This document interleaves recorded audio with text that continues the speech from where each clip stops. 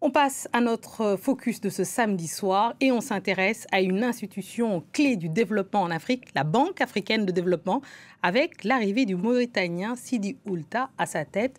La BAD pourrait changer de ton, plus technique, plus réactive, à l'écoute des besoins urgents des États, dans un contexte de contraction des aides internationales, de tensions géopolitiques. La mission de la banque est plus que jamais stratégique. Quelles seront ses priorités ? Comment mieux financer le développement? Pour en parler, notre invité Adama Mariko, secrétaire général de Finance in Common, directeur adjoint de la mobilisation au partenariat à la communication de l'Agence française de développement. Merci d'être avec nous. Bienvenue dans le Journal de l'Afrique. Bonsoir Fatimata, merci de m'avoir invité. Alors c'est intéressant ce changement de leadership à la tête de la BAD. Sidi Oulta, il succède au Nigérian Adesina. Quelle différence de style déjà et de stratégie voyez-vous entre les deux hommes ? C'est deux personnalités que j'ai eu la chance de connaître, deux leaders africains vraiment très inspirés sur le financement du développement et qui ont l'Afrique chevillée au corps.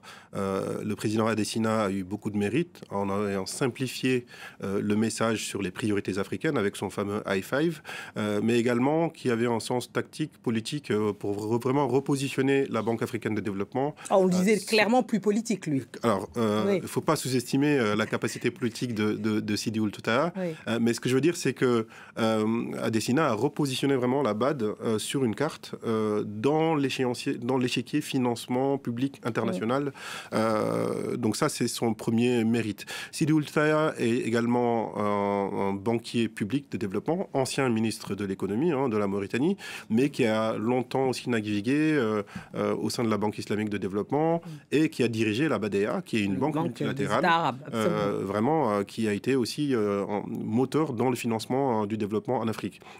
Le résultat, quand même, in fine, on peut s'en féliciter, c'est que Sidi Oulta a été soutenu à la fois par les régionaux, vraiment avec un grand consensus sur sa candidature, et aussi les non-régionaux, donc qui déterminent aussi son sens politique, je pense. Ah oui, le sens politique. De toute façon, on ne peut pas arriver à cette tête-là si on n'a pas un minimum de sens politique, ça, je vous le concède.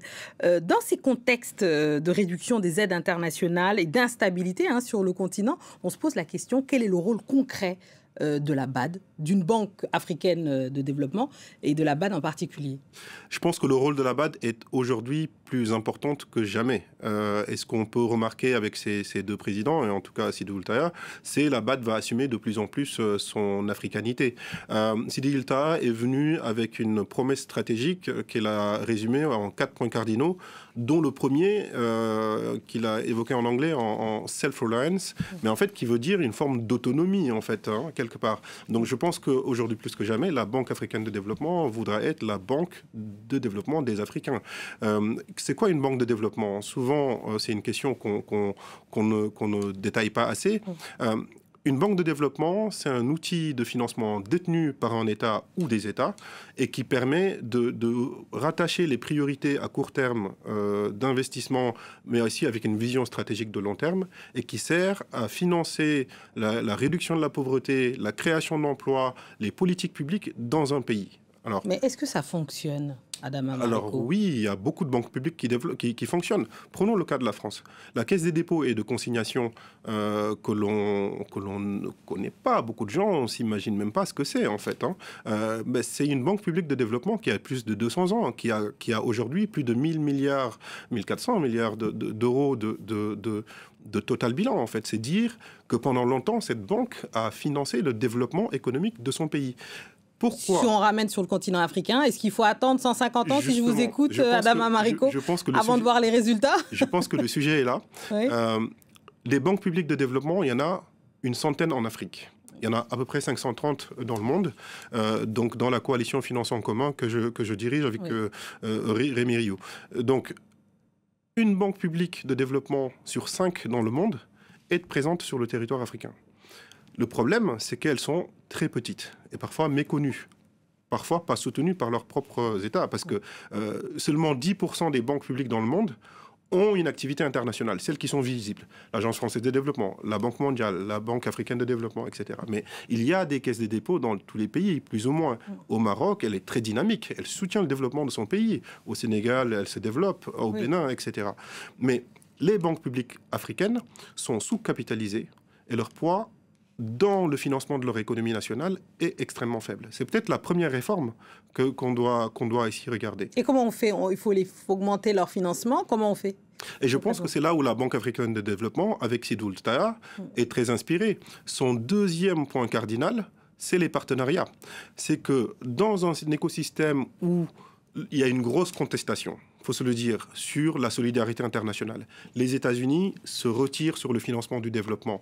On voit que dans les pays européens, en France, on a des problèmes de budget. Donc en fait, il y a une grosse contestation sur cette solidarité internationale. Mais quand on regarde le sens des partenariats, c'est pas juste de dire « je vous donne de l'argent gratuit ». C'est faisons ensemble mieux à deux que seul. Et donc c'est pour ça que Sidi Ould Taya a réuni tout l'écosystème des banques publiques de développement lors de son investiture.